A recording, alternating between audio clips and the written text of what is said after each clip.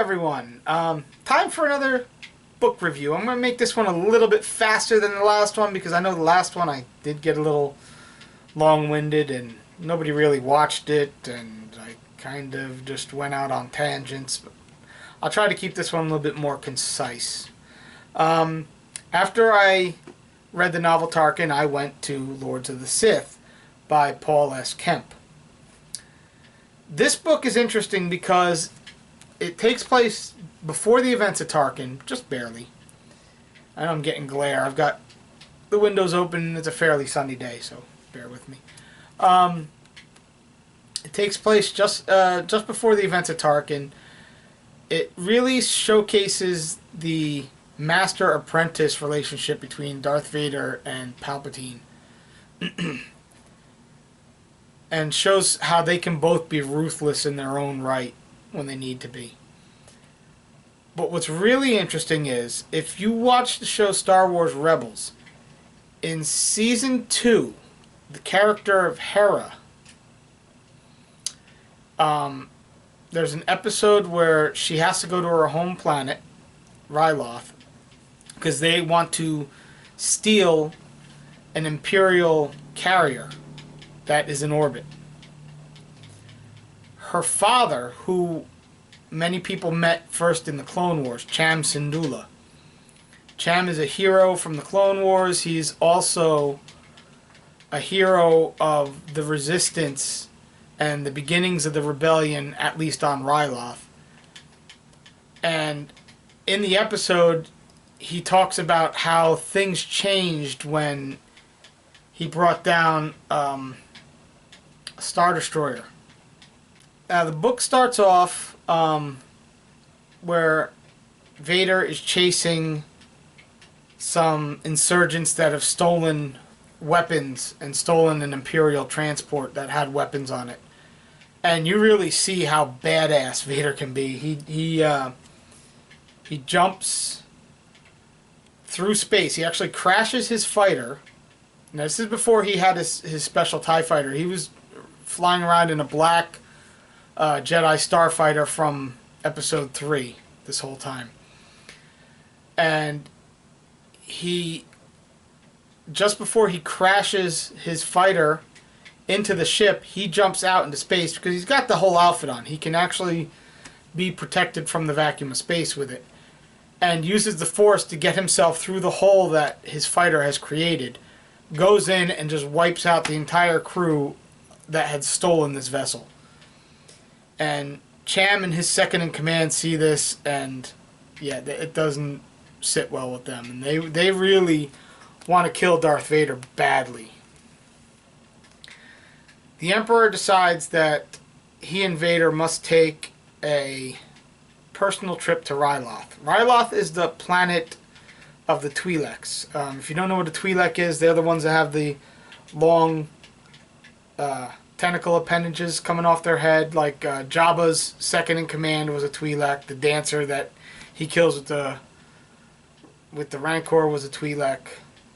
So, there you go. That's what a Twi'lek is. And I'm waiting for somebody to say, it's pronounced Twi'lek. Every time you watch it on Clone Wars or Rebels, they call it Twi'lek, so that's how I'm going to pronounce it. So Vader and the Emperor are going to go to Ryloth and deal with this insurgency themselves, personally. Because the Moff that is in charge, she's very lazy. She doesn't do much. She pretty much sits around, eats, messes around with her slaves, things like that. Does drugs. Now there is, at the back of this book, there's a short story that was first published in one of the magazines. The story is important because it introduces the character of Rey Sloane and how she ended up stopping a plot to kill Palpatine and Vader on board this one training vessel. And what it was is the commander of this training vessel was from the Old Republic, and he had been training naval crews all through that. They kept them on for the Empire to train the new crews that were going to be taking over Star Destroyers and things like that.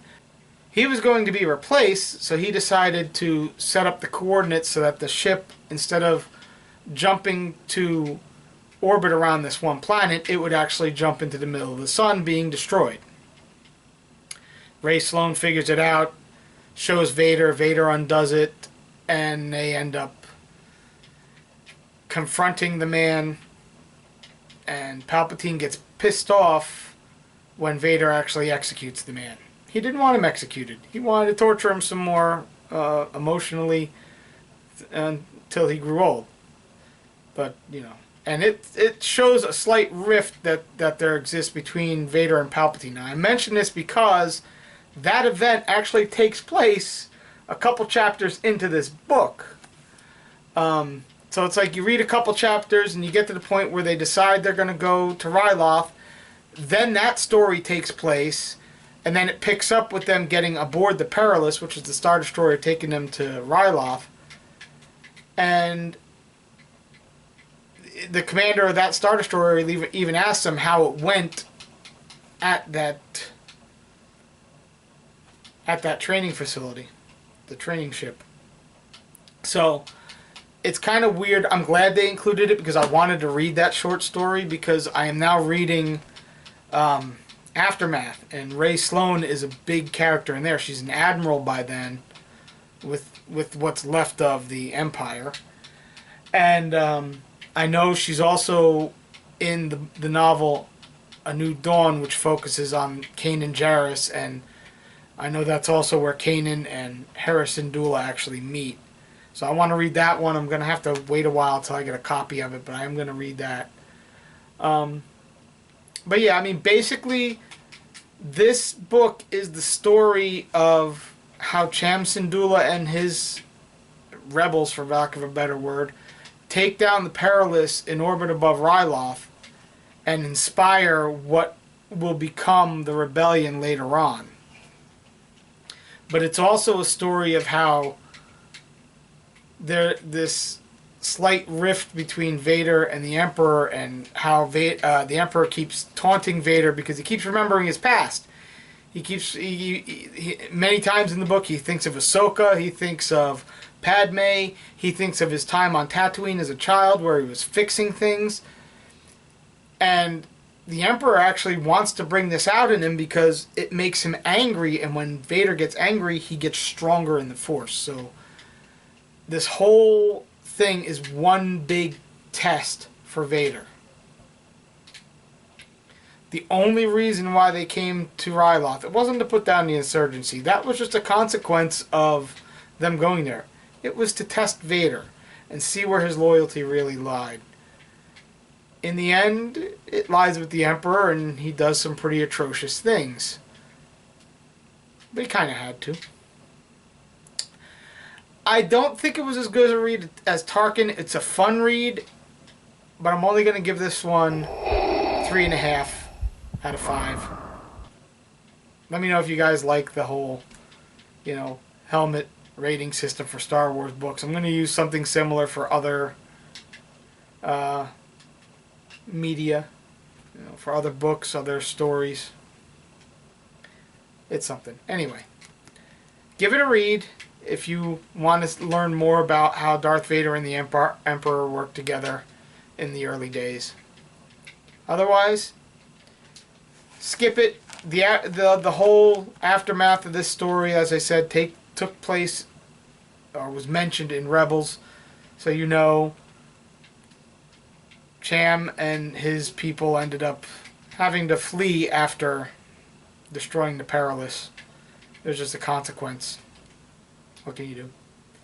Highly recommended, though, for those who enjoy the new Star Wars continuity. Not too bad. That's it. I'll talk to you all another time.